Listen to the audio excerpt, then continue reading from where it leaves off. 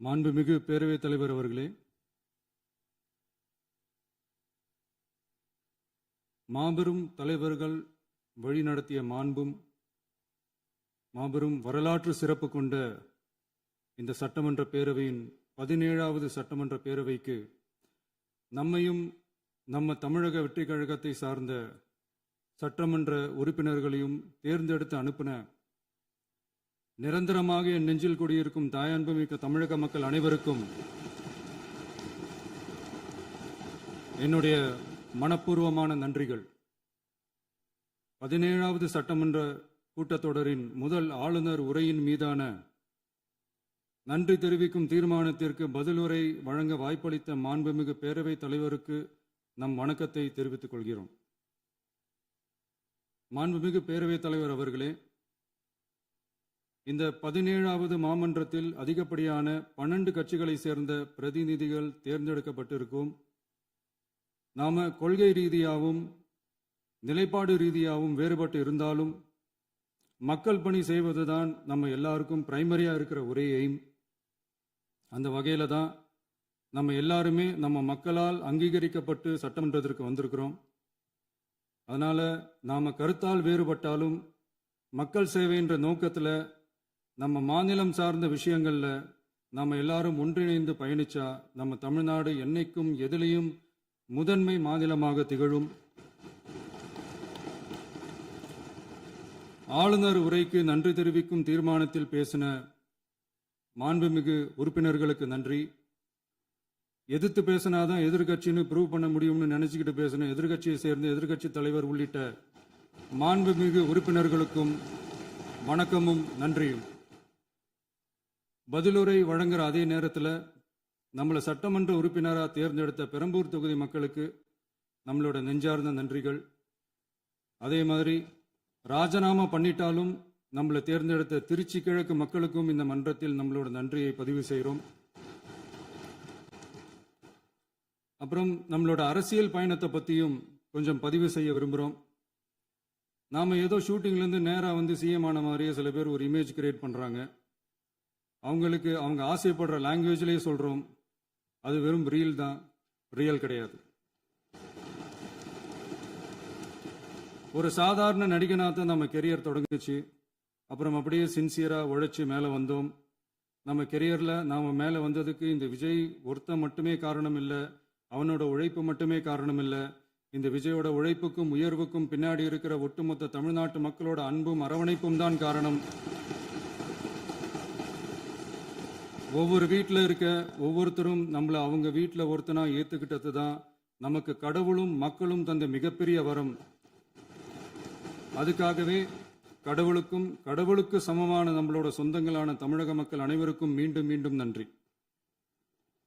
இப்படி நம்மளை தாயன்போடு அள்ளி அரவணைச்ச தமிழ்நாட்டு மக்களுக்கு நாம் எப்படியெல்லாம் துணையாக இருந்தோம், எப்படியெல்லாம் மக்களோட மக்களா இருந்தோம்னு சொல்றேன். 1990ஸ்லயே ரசிகர் மன்றமாக இருந்தப்பவே மக்களுக்கு துணையாக நிற்க ஆரம்பித்தோம். அதுக்கப்புறம் நற்படி மன்றமாகவும் அதுக்கப்புறம் விஜய் மக்கள் இயக்கமாகவும் மாறி மக்களோட மக்களாக நின்றுகிட்டு இருந்தோம். 2008 ஈழத் தமிழருக்கு ஆதரவாக உண்ணாவிரதம் போராட்டம் செஞ்சோம்.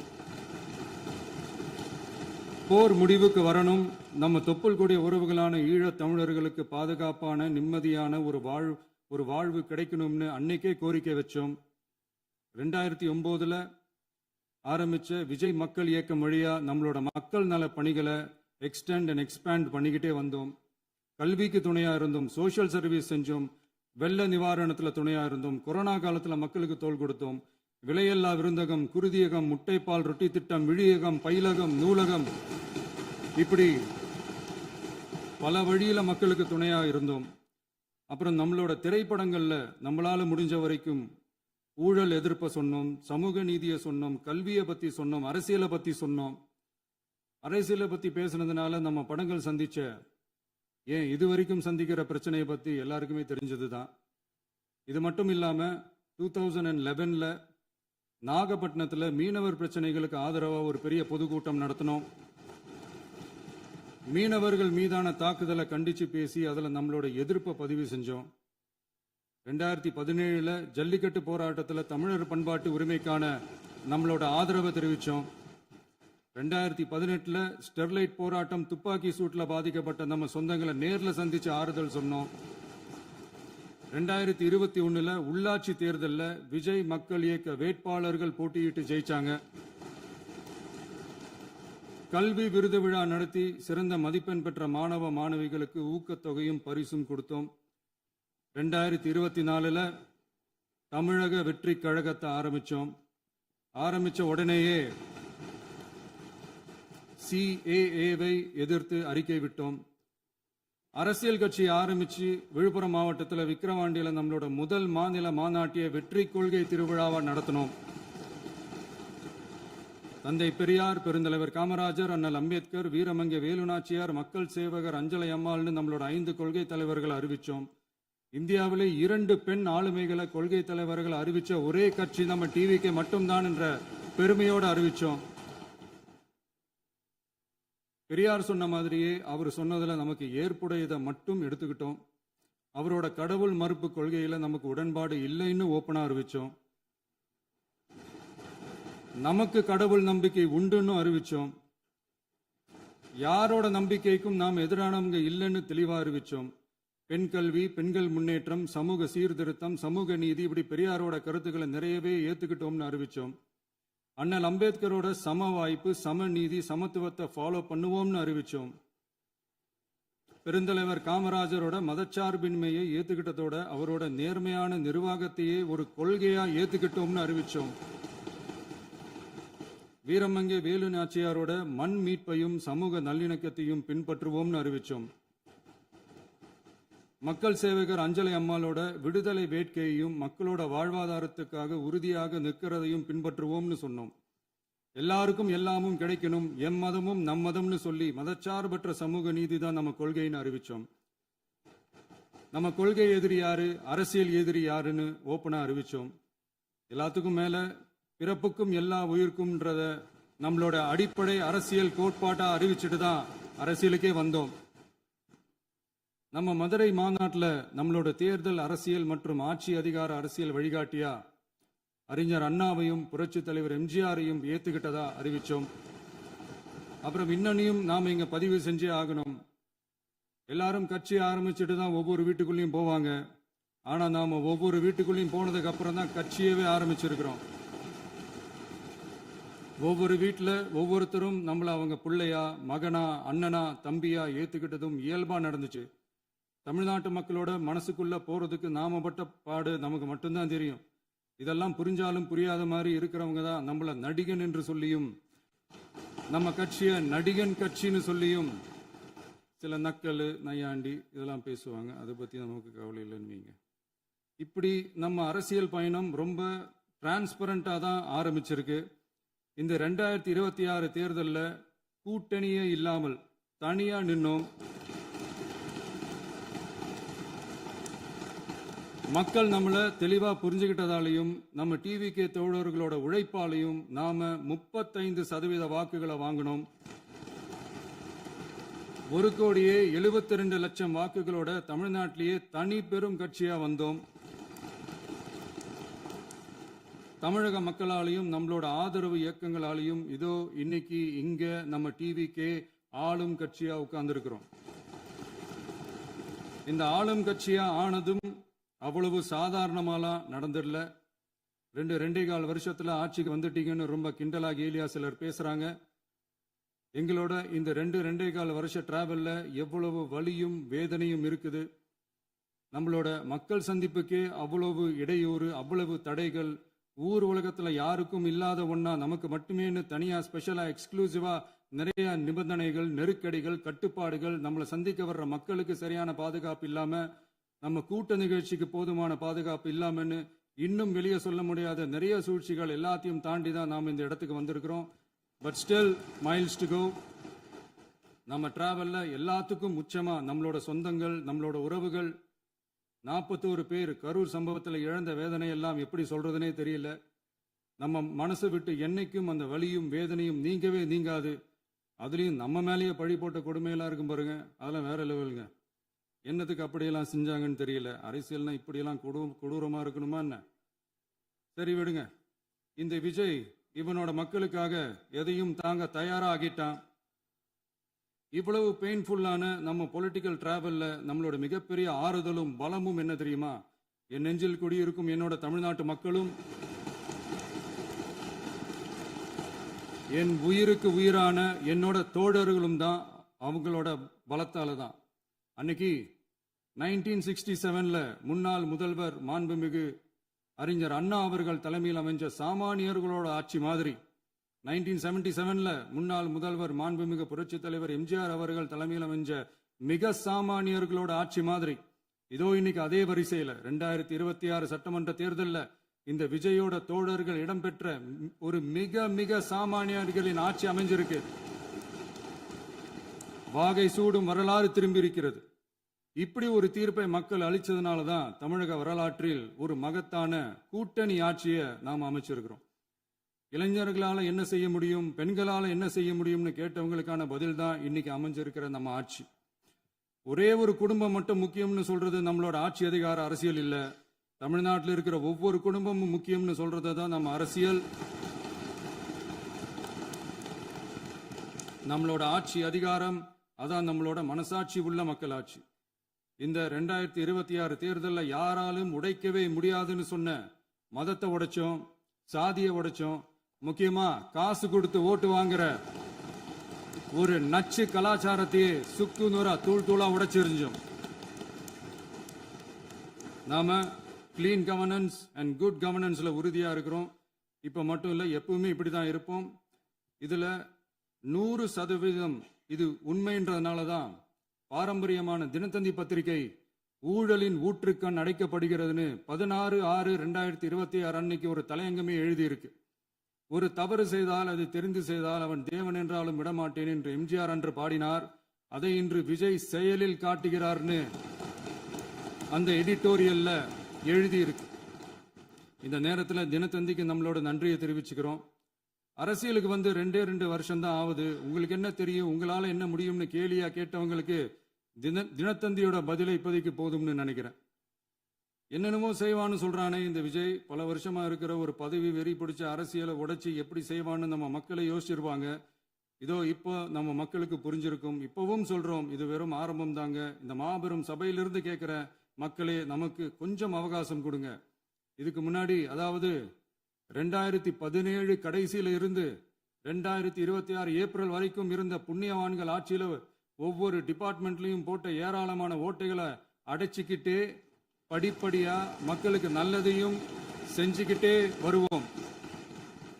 அதனாலதான் நமக்கு எதிரா யார் யாரோ சேரவே மாட்டாங்கன்னு நினைச்சவங்க எல்லாம் ஒன்னா சேர்றாங்க. நம்ம ஆட்சிக்கு டேட்டு குறிக்கிறாங்க.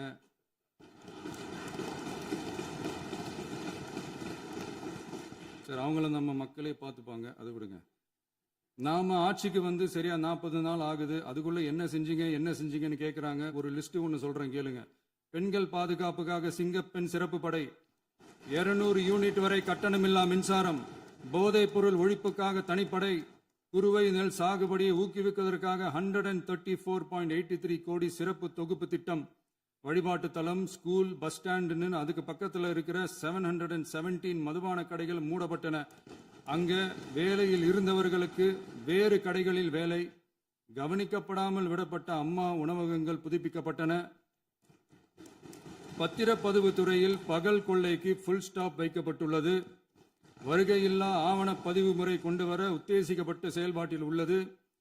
அரசு மற்றும் தனியார் மருத்துவமனையில் ஸ்கேன் மையங்களில் கருவுறுவதற்கு முன் மற்றும் பின் ஏற்படும் தவறுகளை கண்காணிக்கவும், மருத்துவ நிறுவனம் முறைப்படுத்தும் சட்ட விதிகள் பின்பற்றப்படுகிறதா என கண்காணிக்கவும், மருத்துவ மற்றும் ஊரக பணிகள் இயக்கத்தின் பயன்பாட்டிற்காக 40 புதிய வாகனங்கள் வழங்கப்பட்டுள்ளது.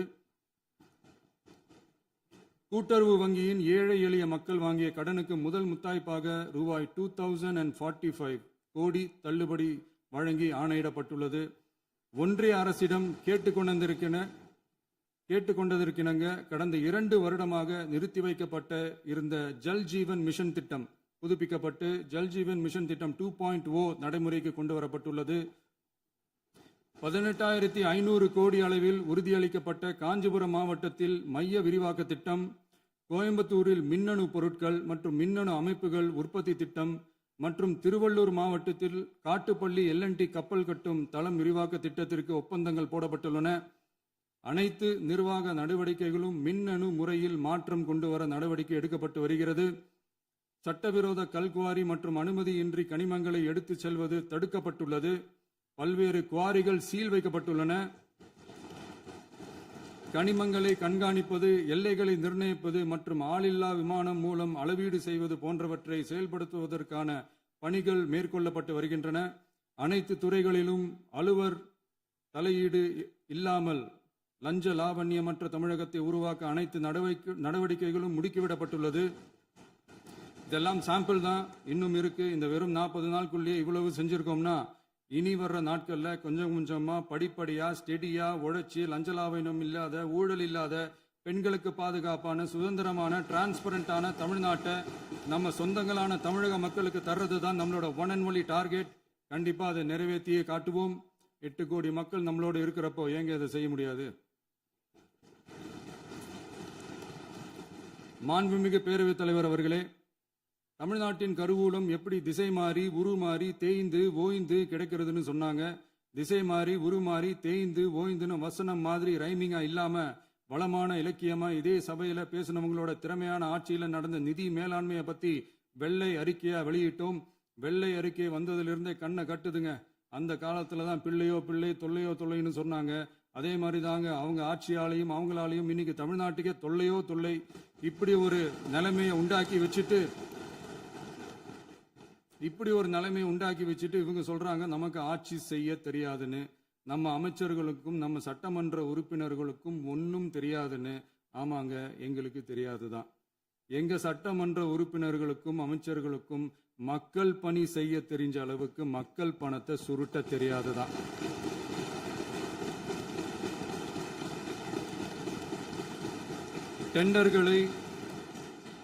டெண்டர்களை முறைப்படுத்த தெரிஞ்ச அளவுக்கு அதோட ரேட்டை உயர்த்தி ஊழல் செய்ய தெரியாதுதான்.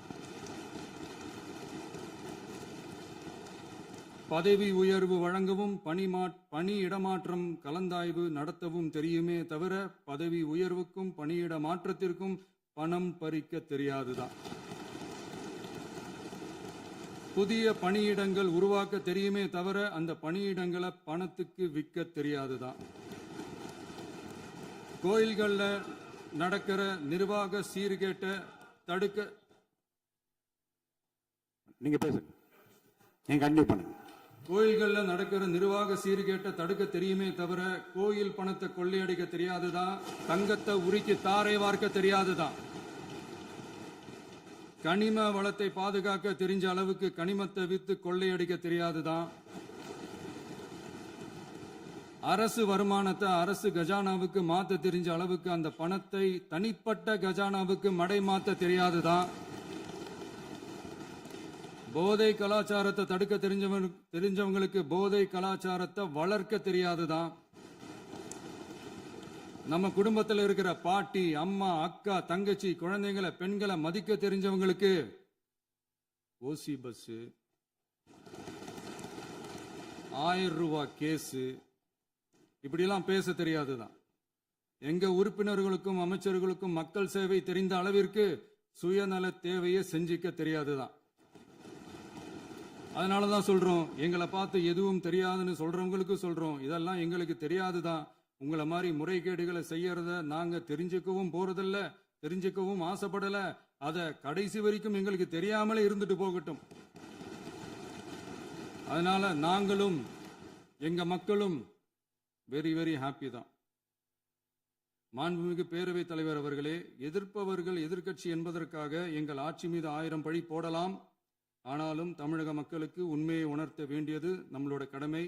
மின்வெட்டை பொறுத்தவரை தமிழ்நாடு மின்மிகை மாநிலமாக இருந்தாலும் கடந்த காலங்களில் ஏற்பட்ட நிர்வாக குளறுபடிகளும் மின்சார சாதனங்கள் மற்றும் மின் மாற்றிகளில் ஏற்படும் பழுதாலும் வேண்டுமென்றே சிலரின் நடவடிக்கைகளாலும் இந்த மின்வெட்டிற்கு காரணமாக உள்ளது. மின் விநியோக மீட்பு நடவடிக்கைகளை ஒருங்கிணைப்பதற்காக எதிர்பாராமல் இரவு நேரங்களில் ஏற்படும் மின் தடங்களை விரைந்து சரி செய்வதில் 10 உயர்மட்ட கண்காணிப்பு குழுக்கள் மற்றும் 125 சிறப்பு மின் தடை நீக்க ரோந்து வாகனங்கள் வழங்கப்பட்டு 24 மணி நேரமும் கண்காணிக்கப்படுகிறது. கூடுதலாக தற்போது 77 புதிய மின் தடை நீக்க மையங்களும் உருவாக்கப்பட்டுள்ளன. விரைவில் இந்த மின்வெட்டு நிலைமை அறவே நீக்கப்படும். மாண்புமிகு பேரவைத் தலைவர் அவர்களே, நம்ம விவசாயிகள் எல்லாரும் நம்மளை நல்லா புரிஞ்சுக்கிட்டு தமிழக வெற்றி கழகத்தை ஏத்துக்கிட்டாலும் எதிர்க்கட்சிகளோட தூண்டுதலால சில இடங்கள்ல சில போராட்டங்கள் நடக்குது. எதிர்க்கட்சிகள் என்னதான் சித்து வேலை செஞ்சாலும் விவசாய பெருமக்கள் எல்லாரும் நம்ம ஆட்சி அவங்களுக்கான ஆட்சி தான் நல்லா புரிஞ்சுதான் வச்சிருக்கிறாங்க. இந்த வருஷம் எல்னினோ விளைவா எப்பவும் இருக்கிறத விட இந்த டைம் மழை குறையுங்கிறதையும் நம்ம விவசாயிகள் உணர்ந்துதான் இருப்பாங்க. இருந்தாலும் நம்ம அரசு நம்ம விவசாயிகளோட வாழ்வாதாரத்துக்காக பக்கபலமாகவும் உறுதியாகவும் துணை நிற்கும்ங்கிறத தெரிவிச்சுக்கிறோம்.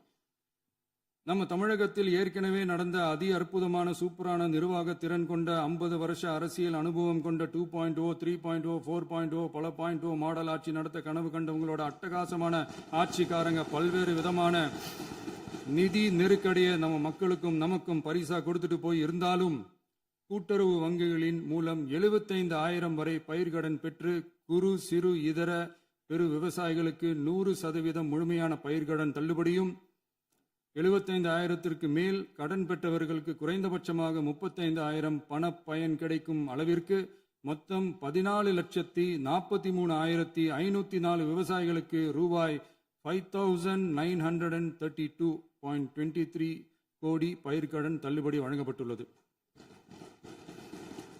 மாண்புமிகு பேரவைத் தலைவர் அவர்களே, நாம ஒன்றியத்தில் கூட்டுறவு கூட்டாட்சி, மாநிலத்தில் சுயாட்சி என்ற கொள்கையை கொண்டவங்க தான் ஏற்கனவே அறிவிச்சிருக்கிறோம். தற்போதைய ஒன்றிய அரசு சார்ந்த கட்சியுடன் அரசியலில் கொள்கை அளவில் நேர் எதிராக நிற்கிறவங்க தான் நாம. அதே சமயத்தில் எதுக்கெடுத்தாலும் கண்ணை மூடிக்கிட்டு ஒன்றிய அரசோட மோதல் போக்கை விரும்புறவங்க நாம இல்ல. நமக்கு எப்பவுமே தமிழகத்தின் வளர்ச்சி மட்டும்தான் முக்கியம். அதுக்காக நம்மளோட அரசியல் ரீதியான கொள்கைகளையோ மாநில உரிமைகளையோ கொஞ்சம் கூட விட்டு கொடுக்கவே மாட்டோம். அதுல ரொம்ப தெளிவாகவும் உறுதியாகவும் இருக்கிறோம். இனியும் இப்படித்தான் இருப்போம். அதுல ஒருபோதும் மாற்றமே இருக்காது. அதனால இதுல யாரு திசை திருப்ப வேலையில் ஈடுபட்டாலும் அவங்க எல்லாரும் மக்கள் மத்தியில் தோற்பது உறுதி. எனவே நம்ம மக்களுக்கோ சிறுபான்மை சகோதரர்களுக்கோ நம்ம ஆதரவு இயக்கங்களுக்கோ எந்தவித சந்தேகமும் வேண்டாம். நாம் யாரோட டீமும் இல்ல. நாம எப்பவுமே பியூரான பீப்புள்ஸ் டீம். இன்னும் சொல்ல போனா நாம secular team, social justice team. மாண்புமிகு பேரவைத் தலைவர் அவர்களே, அரசு விழாக்கள், கல்வி நிறுவனங்கள் மற்றும் பல அதிகாரப்பூர்வ நிகழ்ச்சிகளோட தொடக்கத்தில் நம்ம தமிழ்தாய் வாழ்த்த பாடுறது தான் வழக்கமா இருக்கு. தமிழ்தாய் வாழ்த்த பொறுத்த வரைக்கும் நம் அரசு இதுல நம்மளோட உறுதியான நிலைப்பாட்டை ஒன்றிய அரசுக்கு மிக தெளிவா தெரிவிச்சிருக்கு. அது இல்லாம இதில் மாநில அரசின் கொள்கைக்கு ஏற்ப ஒன்றிய அரசின் அறிவிக்கையில் திருத்தம் மேற்கொள்ள கோரிக்கையும் விடுக்கப்பட்டுள்ளது. நீட் தேர்வை பொறுத்தவரை கிராமப்புற மற்றும் பொருளாதார ரீதியாக பின்தங்கிய மாணவர்களுக்கு சமமான வாய்ப்பை வழங்குவதில்லை. மருத்துவ கல்வியில் சமூக நீதி மற்றும் சம வாய்ப்பை நீட் பாதிக்கிறது என்பதை உணர்கிறோம். எனவே மருத்துவ படிப்புகளுக்கான சேர்க்கையை 12ஆம் வகுப்பு மதிப்பெண்களின் அடிப்படையில் நடத்த வேண்டும் என்று நமது அரசு வலியுறுத்தி வருகிறது. மத்திய அரசிடம் நீட்டிலிருந்து தமிழ்நாட்டிற்கு விலக்கு வழங்க வேண்டும் என்று கோரிக்கை விடுத்துள்ளது. மாண்புமிகு பேரவைத் தலைவர் அவர்களே, பேரறிஞர் அண்ணா அவர்கள் தலைமையிலான அரசு 1968 இருமொழி கொள்கையை நடைமுறைப்படுத்தியது. தமிழ் ஆட்சி மொழி, தமிழ் மொழியை பாதுகாப்பது, மாணவர்களுக்கு ஆங்கிலத்தின் மூலம் உலக அளவிலான வாய்ப்புகளை வழங்குவது, எந்த ஒரு மொழியையும் கட்டாயமாக திணிப்பதை தவிர்ப்பது மற்றும் எதிர்ப்பது, நிலத்தின் மொழி மற்றும் பண்பாட்டு அடையாளத்தை பேணுவது என்பதை நம் தமிழக வெற்றிக் கழக ஆட்சி ஏற்றுக்கொண்டுள்ளது. எனவே தமிழ்நாட்டில் தமிழ் ஆட்சி மொழி மற்றும் இருமொழி கொள்கை என்பதில் நமக்கு மாற்று கருத்தே இல்லை. மாண்புமிகு பேரவைத் தலைவர் அவர்களே, கடந்த 11/6/2026 அன்று நடந்த நிதி ஆயோக் கூட்டத்தில் தமிழ்நாடு அரசின் சார்பாக கலந்து கொண்டு வறுமையற்ற தமிழ்நாடு இயக்கம் உருவாக்க தேவையான நிதியையும், தமிழ்நாட்டுக்கு 2 எய்ம்ஸ் மருத்துவமனைகளை தருமாறும், மருத்துவம் மற்றும் பல் மருத்துவ படிப்பிற்கு 12ஆம் வகுப்பு மதிப்பெண் அடிப்படையில் இடங்களை நிரப்புதல் குறித்தும், செயற்கை நுண்ணறிவு தொடக்க நிறுவன வளர்ப்பு மையங்கள் தமிழ்நாட்டில் அமைக்கவும், இளைஞர் திறன் மற்றும் வேலைவாய்ப்பு இயக்கம் செயல்படுத்த வேண்டியும், பெண்கள் தலைமையிலான வளர்ச்சி குறித்தும், மீனவ சமுதாயங்களின் வாழ்வாதாரம் மற்றும் மீன்பிடி படகுகள் மற்றும் மீனவர்களை விடுவித்தல் குறித்து நிரந்தர நடவடிக்கை எடுக்க வேண்டியும், காலநிலை தாங்கும் தன்மை பெருந்திட்டம் 2045 கீழ் விண்வெளி உற்பத்தி மையத்தை தேசிய விண்வெளி உற்பத்தி மையமாக அறிவிக்க கோரியும், தமிழ்நாட்டில் சாலை போக்குவரத்து, நெடுஞ்சாலை மற்றும் ரயில்வே அமைச்சகத்தின் மேம்பாட்டு குறித்தும், அனைத்து கிராமங்களையும் டிஜிட்டல் இணைப்பு வசதி ஏற்படுத்துதல் குறித்தும், கூட்டு குடிநீர் திட்டம் தொடரவும், அரசின் விழாக்களில் தமிழ்தாய் வாழ்த்துக்கான முதலிடத்திற்கான கோரிக்கையும், மேகதாது அணை கட்டுமான நிறுத்தத்தை உறுதிப்படுத்தவும், மாநிலத்தின் மீது மும்மொழி கொள்கையை வற்புறுத்தாமல், புதிய கல்விக் கொள்கையை திணிக்காமல், தமிழகத்திற்கான கல்வித்தொகை ரூபாய் 3284 கோடியை விடுவிக்க கோரியும், ஆண்டுதோறும் 5 லட்சம் இளைஞர்களுக்கு உதவித்தொகையுடன் கூடிய பணியினை தொழில்நுட்ப பயிற்சி வழங்க ஒத்துழைப்பு வழங்குமாறும், ஒகேனக்கல் 3ஆம் கட்ட கூட்டு குடிநீர் திட்டத்திற்கான நிதி ரூபாய் 2283.40 விடுவிக்கவும், வேலை வாய்ப்பு மற்றும் வாழ்வாதாரத்துக்கான உத்தரவாத திட்டத்தின் கீழ் வேலை வாய்ப்புகளை உருவாக்க உடனடி நடவடிக்கை மேற்கொள்ள வேண்டியும் மற்றும் திருக்குறளை தேசிய இலக்கியமாக அறிவிக்குமாறும் தமிழ்நாடு சார்பில் பேசியுள்ளோம் என்பதை தெரிவித்துக் கொள்கிறோம். மாண்புமிகு பேரவைத் தலைவர் அவர்களே, அண்டை மாநிலங்களுடனான நட்புறவு ஒரு மாநிலத்தின் வளர்ச்சிக்கும் நாட்டின் ஒற்றுமைக்கும் மிகவும் அவசியமானது. தமிழ்நாடு தனது அண்டை மாநிலங்களுடன் நதி நீர் பங்கீடு, பொருளாதாரம், கல்வி, கலாச்சாரம் மற்றும் போக்குவரத்து துறைகளில் நல்லுறவை பேணி வருகிறது. பரஸ்பர மரியாதை, ஒத்துழைப்பு மற்றும் கூட்டாட்சி தத்துவத்தின் அடிப்படையில் அண்டை மாநிலங்களுடனான நட்புறவை வலுப்படுத்தவும் நமது ஆட்சியில் காக்கப்படுகிறது. மாண்புமிகு பேரவைத் தலைவர் அவர்களே, சட்டம் ஒழுங்கை பற்றி பேச்சு வந்தது. சட்டம் ஒழுங்கு சரியா இருக்கணும் அப்படின்றதுல எங்களுக்கு மாற்று கருத்தே கிடையாது. கண்டிப்பா லா அண்ட் ஆர்டர் கரெக்டா இருக்கணும், கரெக்டா இருக்கும், இருக்க வைப்போம். அதே மாதிரி பெண்கள் பாதிக்கப்படுறதையும் இங்க யாராலையும் சகிச்சுக்கவே முடியாது. அதுக்கான கடுமையான நடவடிக்கைகள் நம்ம அரசு எடுத்துக்கிட்டு இருக்கிறோம். இந்த சிங்கப்பெண் சிறப்பு அதிரடிப்படை கூட அதுக்கான ஒரு ஃபர்ஸ்ட் ஸ்டெப் தான். அதே மாதிரி இந்த போதைப் பொருள் நடமாட்டம், அதை கண்ட்ரோல் பண்றதுக்கும் நம்ம அரசு கடுமையான நடவடிக்கைகள் எடுத்துக்கிட்டு இருக்கிறோம். அதையும் கண்டினியூ பண்ணி எடுப்போம். மாண்புமிகு பேரவைத் தலைவர் அவர்களே, இப்போ நான் சொன்ன இந்த பிரச்சனைகள்லாம் 2026 போன மாதம் மே மாதம் 10ஆம் தேதி புதுசாக வந்துடல. இதெல்லாம் பல வருஷமா இருக்கிற பிரச்சனைகள் தான், பல வருஷமா கண்டுக்காம விட்ட பிரச்சனைகள் தான். இன்னைக்கு எதிர்கட்சிக்காரங்க அதை பற்றி கேட்கும் போது எனக்கு அது அக்கறையா தெரியல, அவதூறு அரசியலாக தான் தெரியுது, பழி போடுற அரசியலாக தான் தெரியுது. இப்படி அவதூறு பழி போடுறவங்களை பார்த்து ஒன்னே ஒன்று தான் கேட்கணும்னு தோணுது. கடந்த 9-10 மாசமா நம்ம ஸ்டேட்ல சட்டம் ஒழுங்கு டிஜிபியே இல்லை. சட்டம் ஒழுங்கு டிஜிபியை போடுங்கன்னு சொல்லி எல்லாம் ஓஞ்சி போயிட்டோம். போன ஆட்சியில் நடந்ததுக்கெல்லாம் இப்பதான் விடையே கண்டுபிடிக்கிறோம் நம்ம ஆட்சியில்.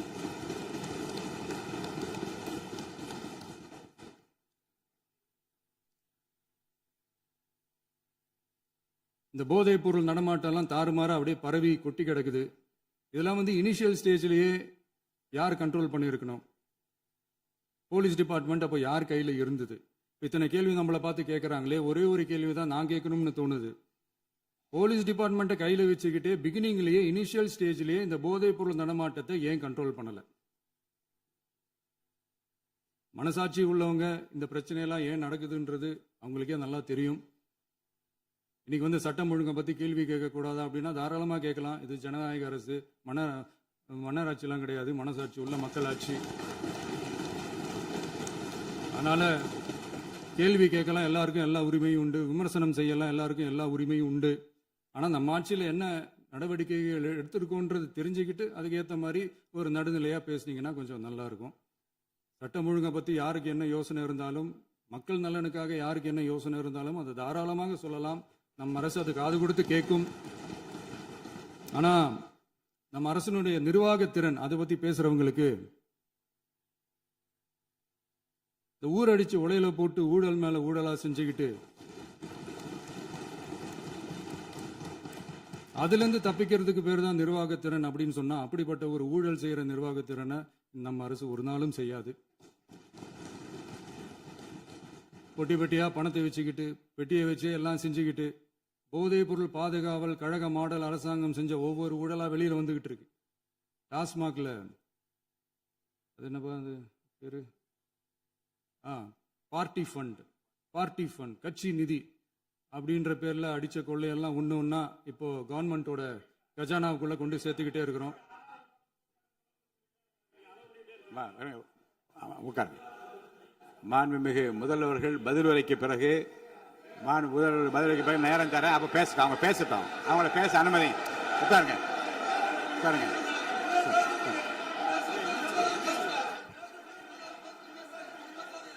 மாண்புமிகு அலோவ் பண்றேன். உட்காருங்க. மாண்பு உறுப்பினர்கள் நீங்க இங்க உட்காருங்க, அமைதியா உட்காரு. நீங்க எல்லாம் உட்காருங்க. உட்காருங்க. மாண்புமிகு நீங்க எல்லாரும் உட்காருங்க. அமைதியா உட்காருங்க. இருங்க, உட்காருங்க. அப்புறம் நீங்க என்ன உட்காருங்க. நான் கொடுப்பேன், உட்காருங்க. நான் பாயிண்ட் ஆஃப் வர கொடுங்க, நான் கொடுக்குறேன்.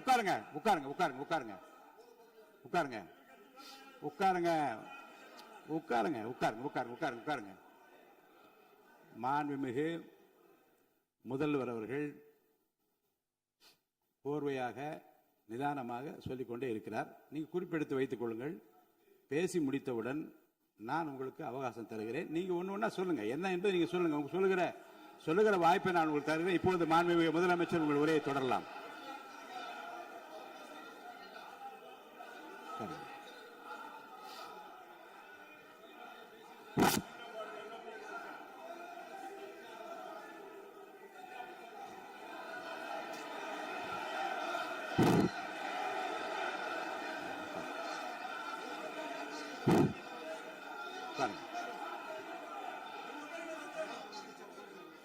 நான் எழுந்த பிறகு உட்கார்றதான் முறை. உட்காருங்க, எல்லாரும் உட்கார்ந்து தேசிய உட்கார். நான் அலோவ் பண்றேன். உட்காருங்க, அமைதியா உட்காருங்க. நான் அலோவ் பண்றேன். அமைதியா உட்காருங்க. அங்க இருந்து குரல் கொடுக்காதீங்க. உட்காருங்க.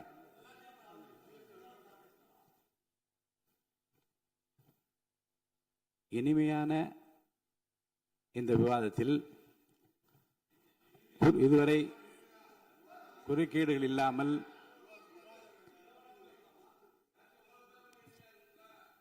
கொஞ்சம் அமைதியா இருங்க. மாண்புமிகு முதல்வர் அவர்கள் பேசி முடித்தவுடன் பாயிண்ட் ஆஃப் ஆர்டர் கேட்டிருக்கேன். நான் அனுமதிக்கிறேன். எதிர்க்கட்சி தலைவருக்கு மட்டும் நான் அனுமதி தருகிறேன். அவர் எழுந்து பேசலாம். மாண்பு முதலமைச்சர் நீங்க கண்டினியூ பண்ணி முடிக்கலாம். நீ எல்லாரும் எழுந்துச்சீங்கன்னா சரி வராது. உட்காருங்க. நான் சொல்லியிருக்கேன். உட்காருங்க.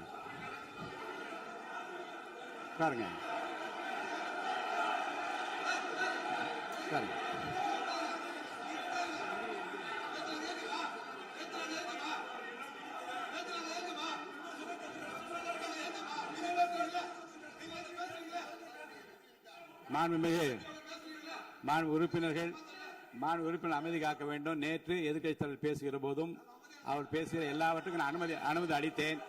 அதில் பாயிண்ட் ஆஃப் கேளுங்க. அந்த விவாதத்தில் கேளுங்க. இப்போதும் மாண்புமிகு முதலமைச்சர் அவர்கள் பேசி முடித்த பிறகு நான் உங்களுக்கு அதுக்குரிய அவகாசத்தை தருகிறேன். நீங்க கேள்வி கேளுங்க. கேட்கிற உரிமையும் விளக்கத்தை பெற்றுக்கொள்ள உரிமை உங்களுக்கு இருக்கிறது. அதற்கு அவகாசம் நான் தருகிறேன்.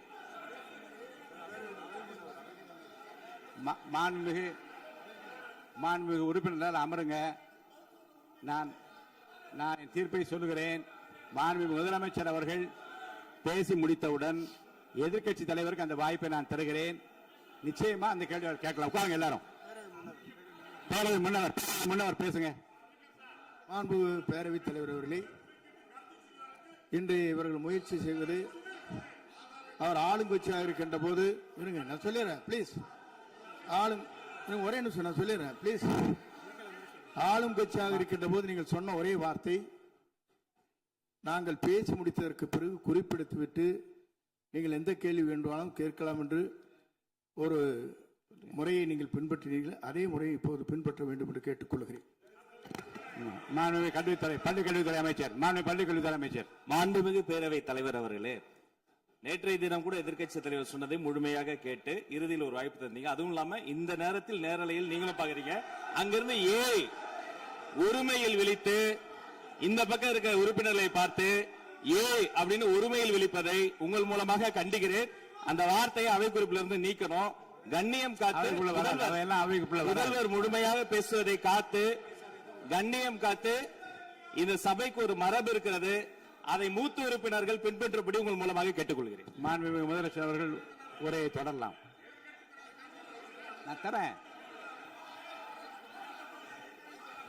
நான் உறுதியாக மாண்புமிகு முதலமைச்சர் அவர்கள் பேசி முடித்தவுடன் எதிர்க்கட்சி தலைவருக்கு அந்த வாய்ப்பு தரப்படும் என்பதை உறுதியாக சொல்லிவிட்டேன்.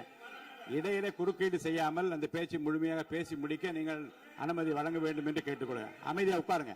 அவங்க பேசி முடிக்கட்டும், நீங்க கேளுங்க. நான் என்ன சொல்றேன், கேட்கிற உரிமையும் விளக்கத்தை கேட்டு பெற உரிமை உங்களுக்கு இருக்கிறது.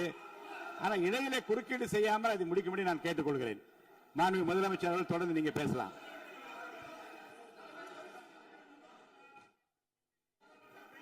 எதிர்க்கட்சி தலைவர் அவர்கள் உங்கள் கட்சியினுடைய உறுப்பினரை அமைதிப்படுத்த வேண்டும் என்று நான் கேட்டுக்கொள்கிறேன். உங்களுக்கு வாய்ப்பு தரவில்லை என்றால் அவர் எழுந்து நிற்பதில் நியாயம் இருக்கு. வாய்ப்பு தரப்போகிறேன். நான் முதலமைச்சர் அவர்கள் பேசி முடித்தவுடன் உங்களுக்கு வாய்ப்பு தரப்படும். அது வரைக்கும் உங்களுடைய உறுப்பினரை அமைதி காக்க நீங்கள் தான் பார்த்துக் கொள்ள வேண்டும். மாண்புமிகு அவை முன்னவர். மாண்புமிகு பேரவைத் தலைவர் அவர்களே, அவர் அப்போது சொன்னது வேறு, இப்போது நடந்து கொள்கிற முறைகள் வேறாக இருக்கிறது. அன்றைக்கு அவர் சொல்லுகிற போது அமைச்சர் அத்தனை பேரும் பேசி முடித்ததற்கு பிறகு உங்களுடைய கருத்துக்கள் யாராவது தெரிவிக்கலாம். இப்போது பின்பற்றினால் நன்றாக இருக்கும். நீங்கள் அதற்காகத்தான் சொன்னீர்கள். முதலமைச்சர் பேசியதற்கு பிறகு எதிர்க்கட்சி தலைவர் அவர்கள் பேசுவதற்கு வாய்ப்பளிக்கிறோம் என்று சொல்லியிருக்கிறார்கள். ஆகவேதான் அந்த வாய்ப்பை நீங்கள் இல்ல அது பதில் சொல்லணும்னு கேட்டிருக்காங்க. பதில் சொல்லணும் சொல்லியிருக்காங்க. பதில் சொல்லினா தங்க பிரச்சனை இல்ல. அப்படி இல்ல. ஆகவே இல்ல நேற்றைய தினம் நீங்கள் அப்படி பேசிக் கொண்டது ஆறாவது இல்ல. நேற்றைய தினம் உங்கள் பேசுகிற போது ஆறாவது குறுக்கிட்டார்களா? நீங்கள் பேசுகிற போது யாருமே குறுக்கிடவில்லை. நீங்க எவ்வளவு பேசினீர்கள், எவ்வளவு வார்த்தைகள் பேசினீர்கள் என்பதெல்லாம் எங்களுக்கு தெரியும். யாருமே அதில் குறுக்கிடவில்லை. இது முதலமைச்சர், எங்கள் முதலமைச்சர் எதிர்க்கட்சி தலைவர் பேசுகிற போது யாரும் குறுக்கிட வேண்டாம் என்று சொன்னார்கள். அதை நாங்கள் பின்பற்றினோம். ஆனால் இன்றைக்கு நீங்கள் பின்பற்றவில்லை என்பதால் வேதனையாக இருக்கிறார். முன்னவர் நேற்று எதிர்க்கட்சி தலைவர் பேசுகிற போது அடுக்கடுக்காக குற்றச்சாட்டுல வைத்தார். இப்போ அதற்குரிய மாண்புமிகு பொதுப்பணித்துறை அமைச்சர் கூட காலையில் அலுவலகத்தை சந்தித்து அவர்கள் சாட்டிய குற்றச்சாட்டுகளுக்கெல்லாம் ஆதாரங்களை எல்லாம் நான் கொண்டு வந்திருக்கிறேன் என்று சொன்னேன். நான் நேற்று அந்த விஷயம் நேற்றோடு முடிந்து விட்டது. ஆதாரங்களை கொடுங்கள்.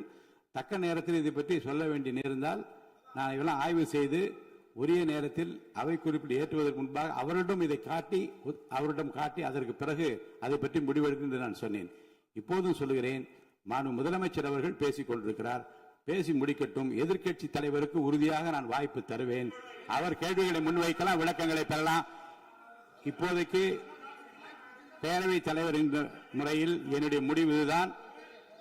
அவையில் இருக்கக்கூடிய உறுப்பினர்கள் அமரும்படி நான் கேட்டுக்கொள்கிறேன். நான் முதலமைச்சர் அவர்கள் பேச வேண்டிய போ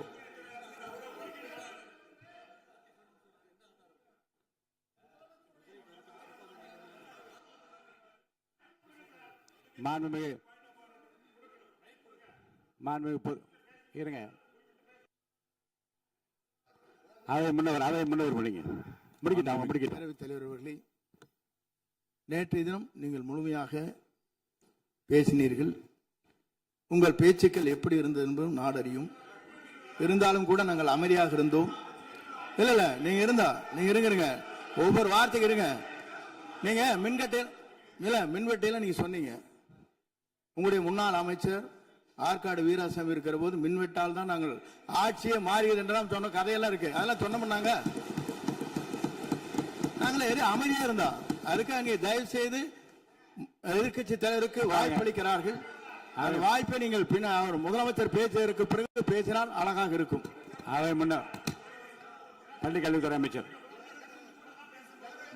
மாண்புமிகு பேரவைத் தலைவர் அவர்களே, அவர் ஒரே ஒரு வார்த்தையை தான் சொன்னார். பார்ட்டி ஃபண்ட் என்ற வார்த்தையை கேட்டு எதிர்க்கட்சி நண்பர்கள் கோபப்படுகிறார்கள். ஆனால் அதன் மீது உங்களுக்கு பாயிண்ட் ஆஃப் ஆர்டர் தருவதாகவும் நீங்கள் சட்டப்பேரவை தலைவர் சொல்கிறீர்கள். நேற்றைய தினம் இதே போல வெற்றி தலைவர் அவர்களினுடைய வழிகாட்டில் வளர்ந்த நாங்கள் சகிப்புத்தன்மையோடு அவர்கள் பல வார்த்தைகள் சொன்னார்கள். புதிதாக சோஃபா மாடல் என்றார்கள், குதிரை பேரம் என்றார்கள், எத்தனையோ வார்த்தைகள் சொன்ன போது சகிப்புத்தன்மையோடு அதை கேட்டு பொறுமையாக இருந்தோம். குதிரை பேரம் எல்லாம் அவைக்குள் நீக்கப்பட்டு விட்டது. சரி, சோஃபா மாடல் என்று ஒன்று சொன்னார்கள். ஆதாரம் கேட்டு இப்படி எழுந்து நாங்கள் கொந்தளிக்காமல் ஒரு சட்டமன்றத்தில் ஒரு உறுப்பினர் எப்படி நடந்து கொள்ள வேண்டும் என்பதற்கு எடுத்துக்காட்டாக தமிழக வெற்றி கழகத்தின் உறுப்பினர்கள் நடந்து கொண்டார்கள். இப்போது மதிப்பிற்குரிய எதிர்க்கட்சி தலைவர் அவர்களே, உங்கள் ஊடாக நான் கேட்பது என்னவென்றால், அவர்களினுடைய கட்சி உறுப்பினர்களை அவர் அமைதிப்படுத்தி முதல்வர் அவர்கள் உரையை முழுமையாக கேட்டு சகிப்புத்தன்மைக்கு சட்டமன்றத்தில் இந்த பக்கம் மட்டுமல்ல அந்த பக்கமும் எடுத்துக்காட்டாக இருப்பதற்கு அவர் வழிவகை செய்ய வேண்டும் என்று உங்கள் மூலமாக கேட்டுக்கொள்கிறேன். மாண்புமிகு பொதுப்பணித்துறை அமைச்சர்.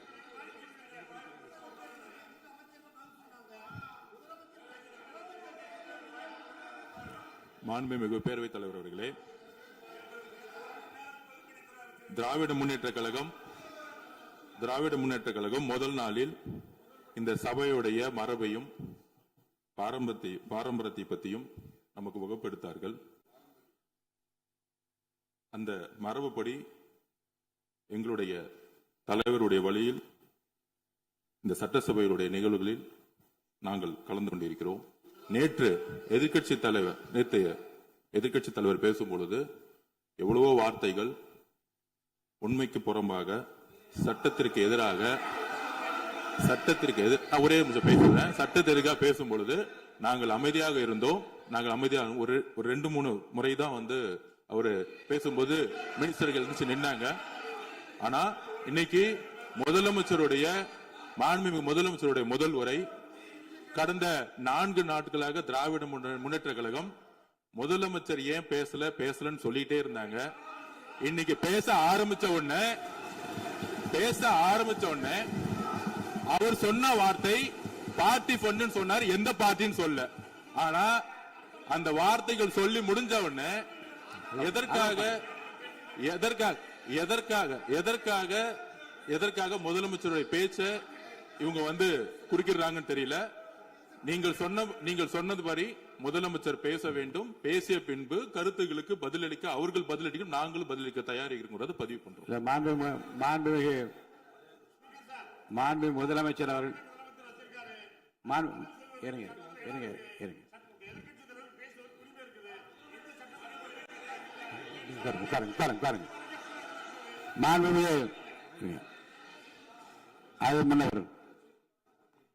மரபு இருக்கிறது. எப்போது வேணும் பாயிண்ட் ஆஃப் ஆர்டர் இருக்கலாம். இருந்தாலும் கூட நீங்க அந்த மரபை நீங்க கடைபிடித்தீங்களா உங்க ஆட்சியில? நீங்க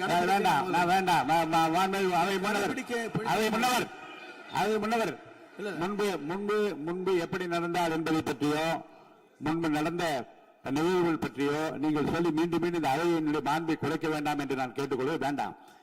இப்போது உள்ள பிரச்சனை மாண்பு முதலமைச்சர் அவர்கள் தன்னுடைய பேச்சை உறுதி செய்து முடிக்க வேண்டும். அவர் முடித்த பிறகு எதிர்க்கட்சி தலைவருக்கு நான் நிச்சயமாக வாய்ப்பு தருவேன். அவர் கேள்வி கணக்குகளை தொடுக்கலாம், சந்தேகங்களை கேட்கலாம். விளக்கம் தருவதற்கு மாண்பு முதலமைச்சர் அவர்கள் தயாராக இருக்கின்றார். அமைதியாக என்னை அமரும்படி நான் கேட்டுக்கொள்கிறேன். இப்போது நான் அனுமதிக்க முடியாது. மாண்பு முதலமைச்சர் உரையை தொடரலாம்.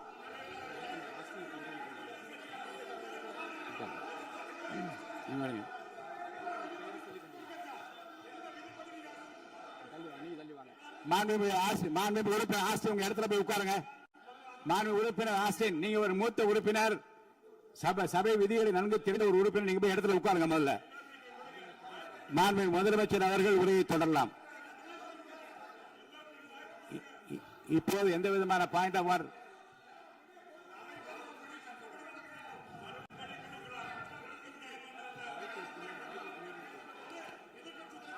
நான் வாய்ப்பு இல்லை என்று சொன்னால் நீ எழுந்து நிற்பதிலே நியாயம் இருக்கிறது. உட்காருங்க. வாய்ப்பு உறுதியாக எதிர்க்கட்சி தலைவருக்கு பாயிண்ட் ஆஃப் ஆர்டர் மட்டுமல்ல, உட்கார்ந்து அவர் பேசிய பேச்சுக்களை என்னென்ன இருங்க என்ன என்ன என்ன என்ன என்ன உங்களுக்கு சந்தேகம் இருக்கிறதோ வினாக்கள் இருக்கிறதோ அதை நீங்க கேட்கலாம். அவர் பதில் சொல்வதற்கு தயாராக இருக்கிறார். பேசி முடிக்கின்ற வரை அமைதி காக்கும்படி உங்களை நான் கேட்டுக்கொள்கிறேன். மாண்புமிகு எதிர்க்கட்சி தலைவர் முழு ஒத்துழைப்பை நீங்கள் தர வேண்டும் என்று நான் எதிர்பார்க்கிறேன்.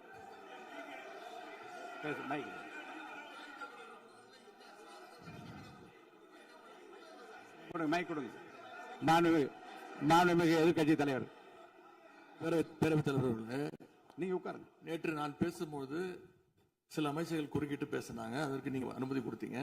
அதே மாதிரி இன்னைக்கு முதலமைச்சர் பேசும்போது சில வார்த்தைகள், தவறான வார்த்தைகள் பேசுறாரு. அவர் பார்ட்டி ஃபண்ட் அப்படின்னு சொல்லியிருக்கிறாரு.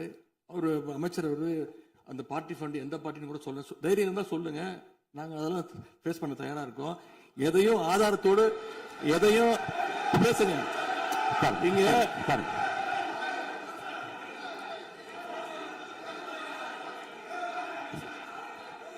அது மாதிரி பேரவைத் தலைவர் அவர்களே, நேற்று நான் பேசி முடிஞ்சோடனே நீங்க அவை முடிஞ்சிருச்சுன்னு சொல்லிட்டீங்க. நாங்கெல்லாம் வீட்டுக்கு போயிட்டோம். வீட்டுக்கு போய் டிவி போட்டு பார்த்தா அங்க இன்னொரு அமைச்சர் இன்னும் பதில் சொல்லிட்டே இருந்திருக்கிறாரு. அதற்கெல்லாம் நாங்க இப்ப என்ன பதில் இது, என்ன மரபு இது? நீங்க இப்ப பேசிக்கிட்டே இருப்பீங்களா? நாங்க அதை பார்த்துக்கிட்டே இருக்கணுமா? அதே மாதிரி இன்னைக்கு முதலமைச்சர் அவர்கள் பேசும்போது நாங்களும் அமைதியா கேட்டுட்டு தான் இருந்தோம். ஆனா சில கருத்துக்கள் அவர் பேசும்போது அதை நாங்க அனுமதிக்க முடியாது. ஆதாரத்தோடு ஏதாவது பேசணும்னா, குற்றச்சாட்டுகள் சொல்லும் போது ஆதாரத்தோடு சொன்னீங்கன்னா அதை நாங்க ப்ரூவ் பண்றதுக்கு தயாராக இருக்கு. மாண்புமிகு உறுப்பினர் அவர்கள் இருங்க. நேற்று மாண்புமிகு எதிர்க்கட்சி தலைவர்கள் பேசியதும் மாண்புமிகு பொதுப்பணித்துறையர்கள் பேசியதும் ஆதாரம் இல்லாமல் பேசக்கூடாது என்று நான் சொன்னேன். ஆய்வு செய்து நீக்கப்பட வேண்டியது நீக்கும் என்று சொன்னேன். இப்போது மாண்புமிகு முதல்வர் அவர்கள் பேசி முடிக்கட்டும். நீங்கள் கூறிய கருத்துப்படி அதில் ஆதாரங்கள் இல்லாத குறிப்பாக இருந்தால் அதை நீக்குவதற்குரிய உரிமை எனக்கு இருக்கிறது. ஆய்வு செய்து நான் நடவடிக்கை எடுப்பேன். இப்போது மாண்புமிகு முதலமைச்சர் அவர்கள் பேசலாம். இந்த டாஸ்மாக் மாதிரியே பல டிபார்ட்மெண்ட்லயும் மறுபடியும் சொல்றேன், கட்சி நிதின்ற பேர்ல அடிச்ச கொள்ளைய ஒன்னா கவர்மெண்டோட கஜானாக்குள்ளேயே கொண்டு சேர்த்துக்கிட்டே இருக்கிறாங்க. இப்பவும் சொல்றேன், மக்கள் பணத்துல இருந்து ஒரு பைசா கூட தொடமாட்டோம், தொடவும் விடமாட்டோம், தொட்டா விடமாட்டோம். இதுக்கு முன்னாடி தொட்டவங்களையும் விடமாட்டோம்.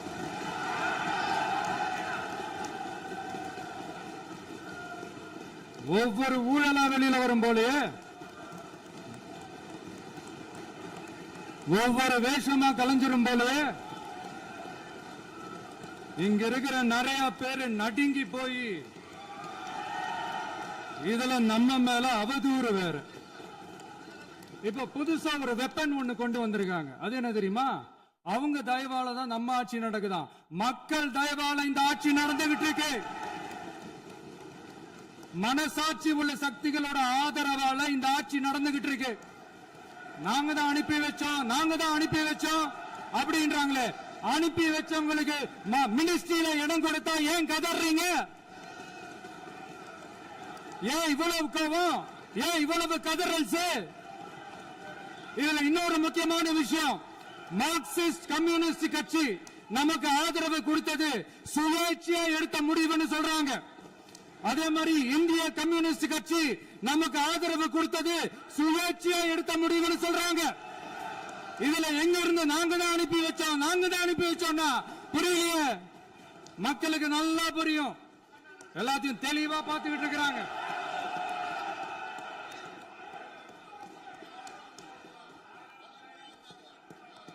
முதலமைச்சர் கண்டினியூ பண்ணலாம். மாண்புமிகு முதலமைச்சர்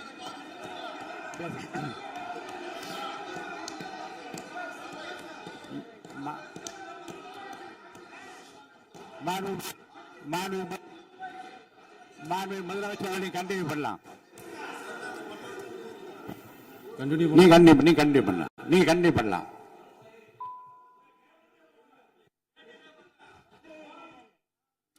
இந்த சமூக நீதி அரசுன்னு சொல்றவங்களை பார்த்து கேட்கிறேன், நம்ம பட்டியலின சகோதரர்களுக்கு எத்தனை அமைச்சர் பதவி கொடுத்தீங்கன்னு கொஞ்சம் சொல்ல முடியுமா? ஆனா நம்மளுடைய அரசுல 8 அமைச்சர் பதவிகள் யாருக்கு? நம்ம பட்டியலின சகோதரர்களுக்கு. எல்லாம் நம்ம அண்ணன், நம்ம தம்பி, நம்ம தங்கச்சிங்க. அண்ணல் அம்பேத்கர் அவர்களுடைய கிட்டத்தட்ட 100 ஆண்டு கால கனவு இப்ப நிறைவேறி இருக்கு. நான் ஏன் கொஞ்சம் சவுண்டா பேசுறேன் அப்படின்னா அவங்களுக்கு கேட்கணுன்றதுக்காக தப்பா எடுத்துக்கிறது. அதே மாதிரி பெண்களோட பாதுகாவலர் நாங்க தான் அப்படின்னு சொல்லிக்கிறவங்களை கேட்கிறேன், எத்தனை பெண்களுக்கு அமைச்சர் பதவியில இடம் கொடுத்தீங்க கொஞ்சம் சொல்ல முடியுமா? எங்க அரசுல 4 சகோதரிகளுக்கு அமைச்சர் பதவி கொடுத்திருக்கிறோம்.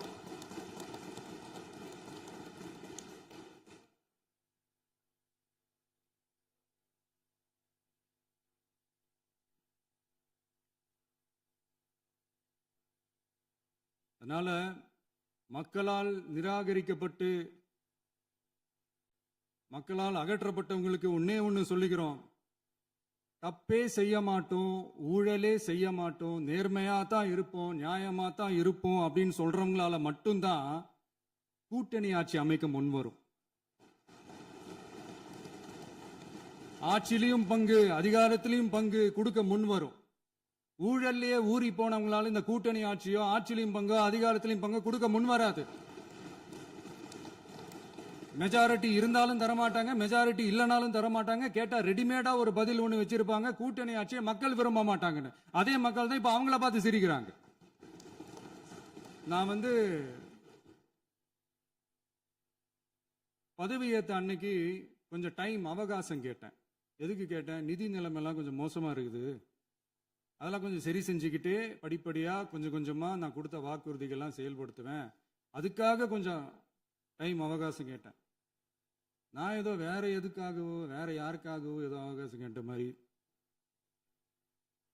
அடுத்து இங்க சபையில இல்லாதவங்களை பத்தி பேச வேண்டாம்னு நினைக்கிறேன்.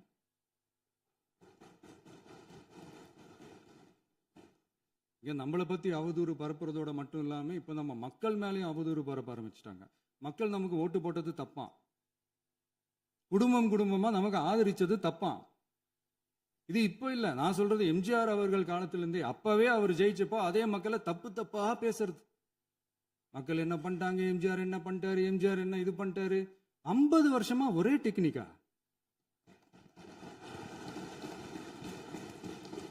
டெக்னாலஜி எல்லாம் மாறி வேற எங்கேயோ போயிட்டு இருக்கு பஸ். இதுல கொஞ்சம் டெக்னிக்காச்சும் கொஞ்சம் மாத்தினா கொஞ்சம் நல்லா இருக்கும். அதனால மக்களுக்கு யூஸ்ஃபுல்லா இருக்கிற மாதிரி இந்த ஆக்கப்பூர்வமான கருத்துக்களோ ஆக்கப்பூர்வமான யோசனைகளோ இருந்தா சொல்லுங்க, அதை நாங்க டெஃபரெண்டா எடுத்துக்கிறோம். ஆனா அதை விட்டுட்டு இந்த நக்கல், நையாண்டி, சம்பந்தம் இல்லாத பேச்சு இதெல்லாம் பேசிட்டு அப்புறம் முதல்வர் பதில் சொல்லல, முதல்வருக்கு பதில் சொல்ல தெரியல அப்படின்னா அப்புறம் என்ன சோஃபா மாடல் ஆட்சியா? அது என்னன்னு புரியறதுக்கே எனக்கு ரொம்ப நாள் ஆச்சு. இந்த sofa set, table chair, teapoy, furniture பிசினஸ்லாம் வேற எங்க வெளியில போய் பண்ண சொல்லுங்க. அப்படி அந்த பிசினஸ் தான் பண்ணணும்னா நிறைய பிசினஸ் பண்ற மாதிரி வெளியில போய் பண்ண சொல்லுங்க, இங்க சட்டசபைக்குள்ள வேணாம். அதனால ஆக்கப்பூர்வமான கருத்துக்கள் இருந்தா சொல்லுங்க, டெஃபினட்டா அது சரியா இருந்தா நாங்க ஏத்துக்கிறோம். எனக்கு ஒரு குட்டி கதை ஒன்று ஞாபகம் வருது, சொல்லாமா? ஒரு ஊர்ல ஒரு பெரியவர் வெயில் ரொம்ப ஜாஸ்தியா இருக்குன்னு சொல்லிட்டு கண்ணுக்கு மேல கை வச்சுக்கிட்டு இப்படி சுத்தி முத்தி தேடிக்கிட்டு இருந்தாராம்.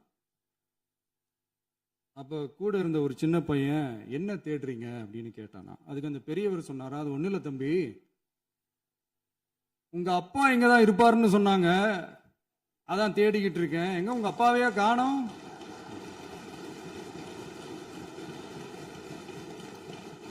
இல்ல அந்த எங்களுக்கும் நக்கலா நையாண்டியா சம்பந்தம் இல்லாத குட்டி கதை இதெல்லாம் எங்களுக்கும் பேச தெரியும். அந்த கதையில பெரியவர் அப்படி சொன்னாராம், தப்பா எடுத்துக்காதீங்க. அந்த கதையில பெரியவர் அப்படி கேட்டாராம். அதனால யாரும் இங்க டென்ஷன் ஆக வேணாம். அதனால இன்னொரு இந்த என்னுடைய உரையை முடிக்கிறதுக்கு முன்னாடி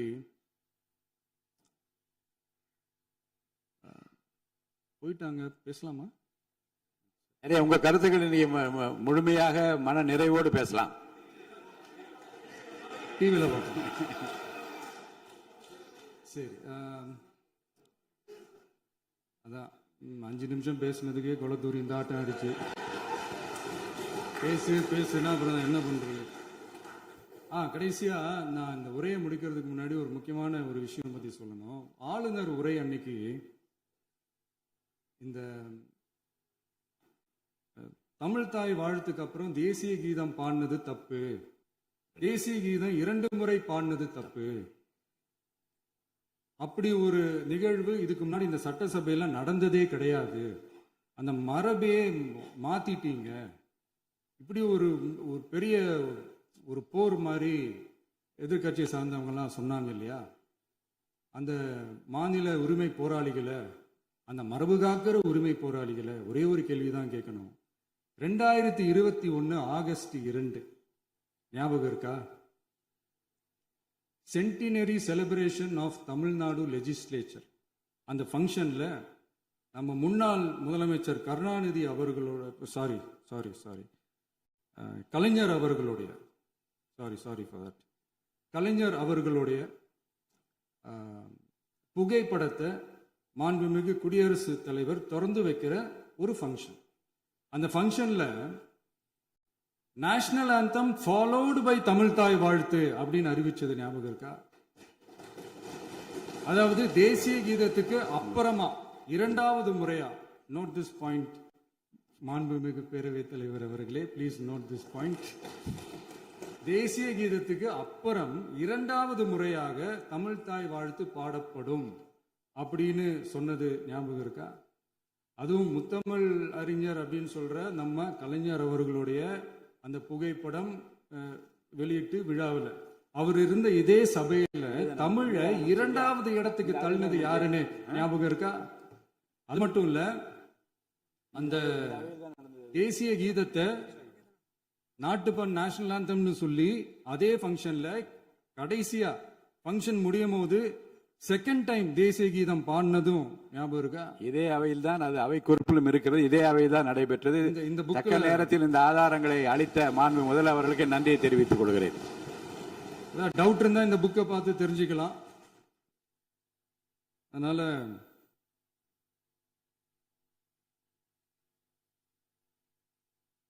இதெல்லாம் கேட்டா என்ன சொல்லுவாங்கன்னா, அது ஜனாதிபதி கலந்துகிட்ட ஃபங்க்ஷன், அதெல்லாம் அப்படிதான், அதெல்லாம் கண்டுக்க கூடாது அப்படின்னு சொல்லுவாங்க. இதே மாதிரிதான் பேசுறது ஒண்ணு, செய்யறது ஒண்ணு, பேசுறது ஒண்ணு. இதெல்லாம் மக்கள் பார்த்துக்கிட்டு இருக்காங்க. எலெக்ஷனுக்கு முன்னாடி தான் அப்படி செஞ்சுக்கிட்டு இருந்தாங்க. இப்போ எலெக்ஷனுக்கு அப்புறம் அதே தான் செய்யறாங்க.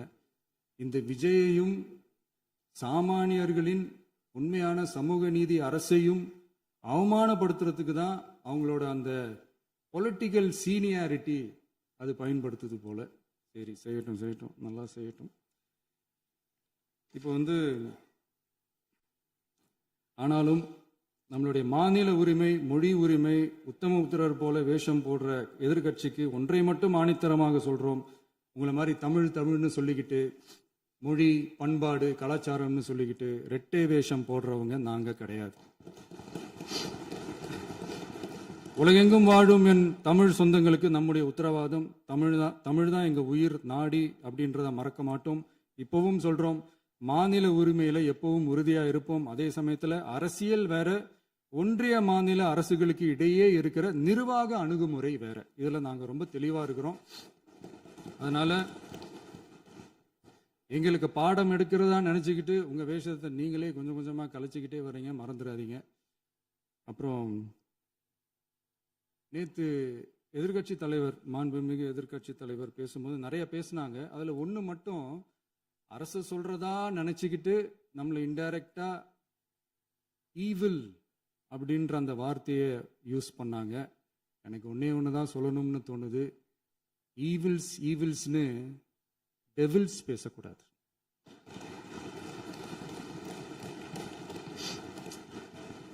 அவங்க இருந்திருந்தா ஒரு ஆக்ஷன் பண்ணணும்னு எனக்கு தோணுச்சு. எல்லாரும் போயிட்டாங்க. பர்மிஷன் பண்ணலாமா? இப்பவும் பண்ணலாம், ஒன்றும் தப்பு இல்லை.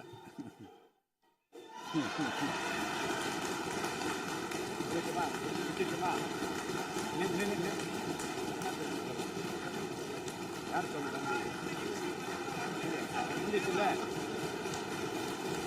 எழுந்து சொல்லுங்க, உட்காந்து சொல்லட்டுமா?